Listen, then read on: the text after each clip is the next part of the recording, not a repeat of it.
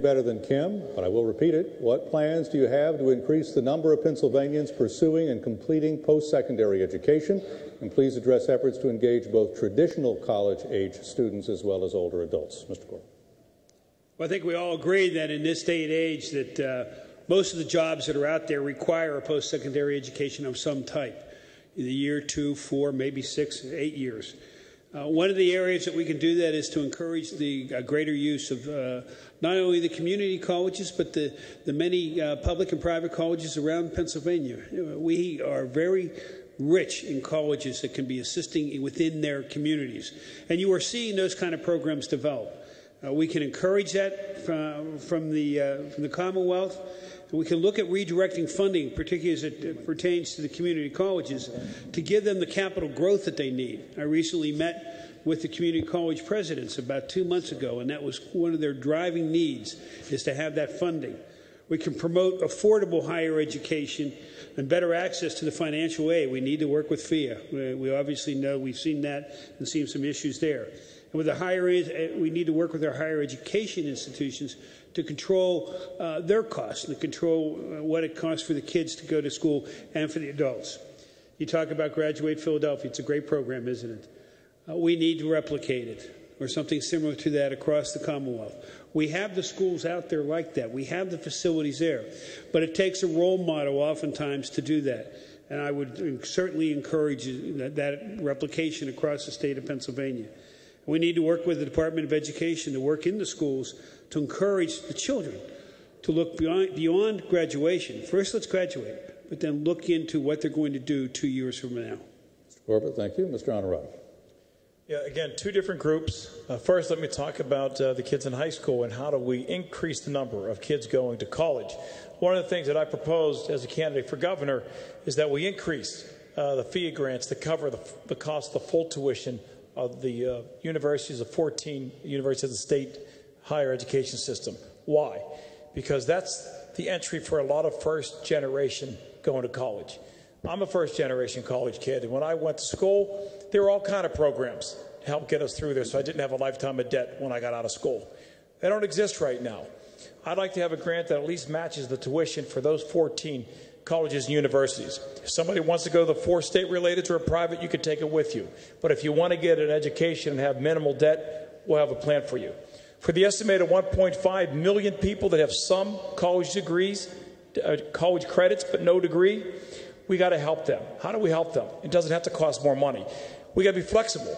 Calling the colleges and universities to be flexible for when they offer classes. People work weekends, at nights. Be creative and adapting to their lifestyle to encourage them to get their degree. Making sure that FIA understands and make it easier for them to get grants. Right now, there is no program set aside that's easy to go get a grant when you're an adult trying to go finish your degree. Also, maybe even help them get some credit for some of their applied work already. If we're creative, we can get them through, get a degree, and increase their earning power. And again, the payback to the state is tenfold. Thank you. Thank you. Mr. Williams.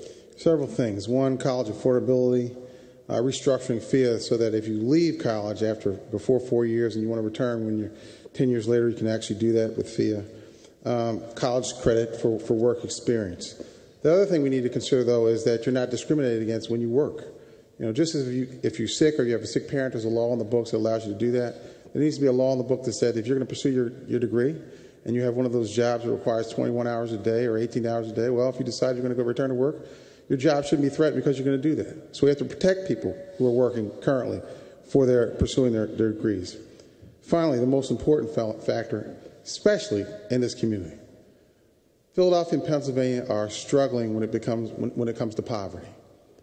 My first exposure to college was when I was 5 years old. My grandfather took me across the college campus, Haverford College. I decided then I wanted to go to this place that had a pond.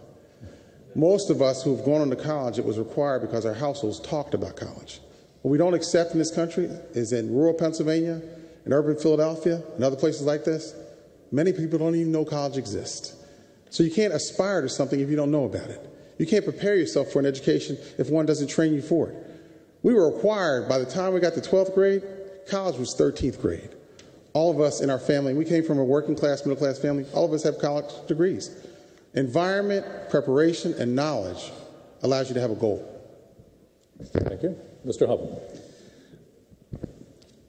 There's no question that higher education is too expensive in Pennsylvania, out of the reach of too many people. I certainly agree with the proposals that have been made here in answer to this question this evening. I want to focus on expanding the community colleges. There are 14 of them. They're terrific, but there's vast areas of Pennsylvania not covered by a community college. I know there are efforts in Sunbury, Altoona, and Erie to try to line up local sponsors to pay the 1/3 that a local sponsor is supposed to pay so a college can be opened up. The Montgomery County Commissioners are the local sponsor in Montgomery County. We have a wonderful college, as does Philadelphia, as does Allegheny County.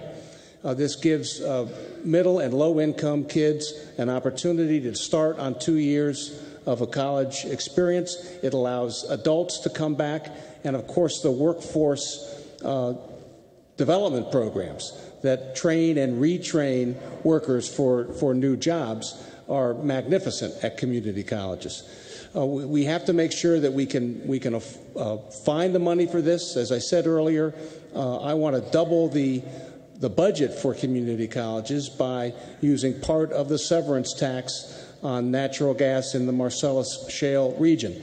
This would allow us to invest in the communities where the drilling is occurring, invest in the physical infrastructure of those communities as well as the human infrastructure.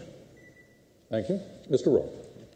One of the things I think is interesting is that when we talk about students going on to secondary colleges is that, not all are made to go to college. I have 4 children. I mean, not my 4 adult children. 3 have gone to college. 1 hasn't. The one who hasn't is my entrepreneur. Many entrepreneurs out there, your frontline job creators, haven't gone to college. It's a different mindset. So one thing is not everybody needs to go, depending. But if someone chooses to go, they have to have a reason for why they're going to go and what they're going to get as a result of what they get there. They can't just leave with debt.